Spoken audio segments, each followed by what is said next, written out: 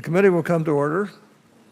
I want to say good morning and welcome to every one of you here today to this hearing on the impact of tariffs on the U.S. auto industry. In particular, I'd like to welcome our witnesses and thank them for joining us today. I intend to focus this morning on the investigation that was self-initiated by the Department of Commerce under Section 232 of the Trade Expansion Act of 1962 to determine whether imports of automobiles and automotive parts threaten to impair our national security. Many of us on the committee have already expressed our concerns about the administration's heavy reliance on tariffs.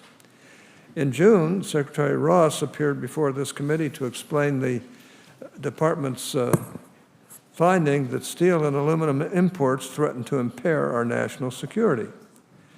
As a result of that determination, the United States is currently imposing tariffs of 25% on steel products and 10% on aluminum products.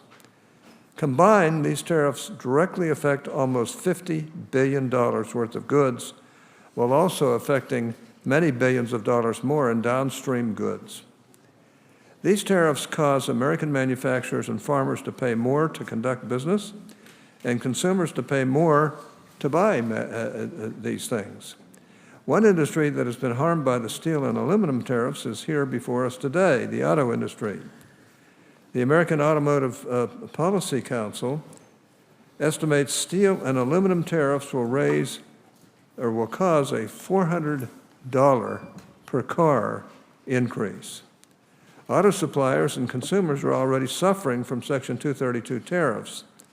That's one reason I was stunned that on May 23rd, the Department of Commerce initiated another investigation under Section 232, this time into the national security threat from automobile and auto parts imports. This investigation covers more than $200 billion worth of trade, which is 4 times larger than that under the steel and aluminum investigations combined. For most American families, a car is one of the most expensive purchases they make, often second only to the purchase of a residence or home. It is a significant financial commitment for most families, often paid for with debt, and I'm shocked that anyone would consider making it more expensive. If the Department of Commerce were to recommend a 25% tariff on cars, it would effectively be recommending raising the cost of an average imported car for an American family by as much as $6,400.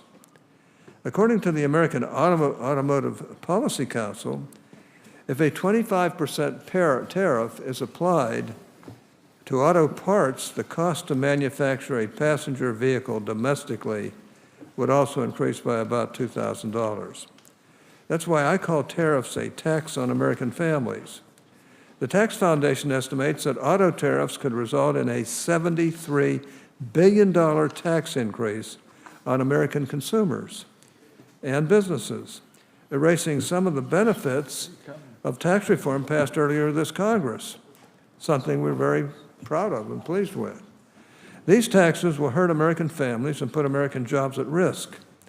The Peterson Institute calculates that auto tariffs could cause 195,000 workers to lose their jobs. That's nearly 200,000 people out of work. And that's before other countries retaliate, which could put over 600,000 U.S. jobs at risk. These tariffs could cost the U.S. auto industry up to 2 million lost vehicle sales annually. And it cannot be overlooked that international automakers and dealers significantly contribute to our U.S. economy.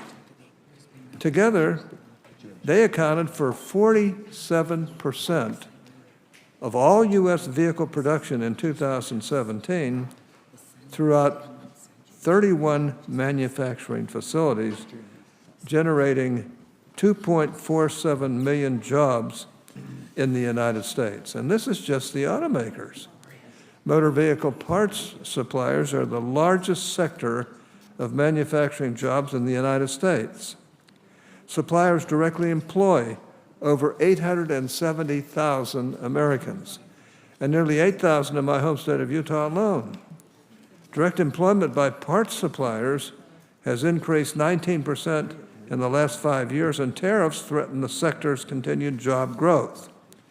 In short, the U.S. auto industry is a major driver of the U.S. economy, supporting approximately 10 million American jobs and accounting for 3% of our GDP. Without question, any tariffs that are imposed will have a negative impact on the U.S. auto industry and our economy.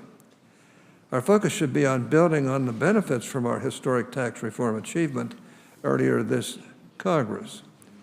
Our trade policy should strengthen our relationships with our allies while targeting China's most harmful trade practices. Tariffs on autos and auto parts are not going to help us achieve any of these things. Well, with that, I'm going to turn to Senator Wyden for his comments.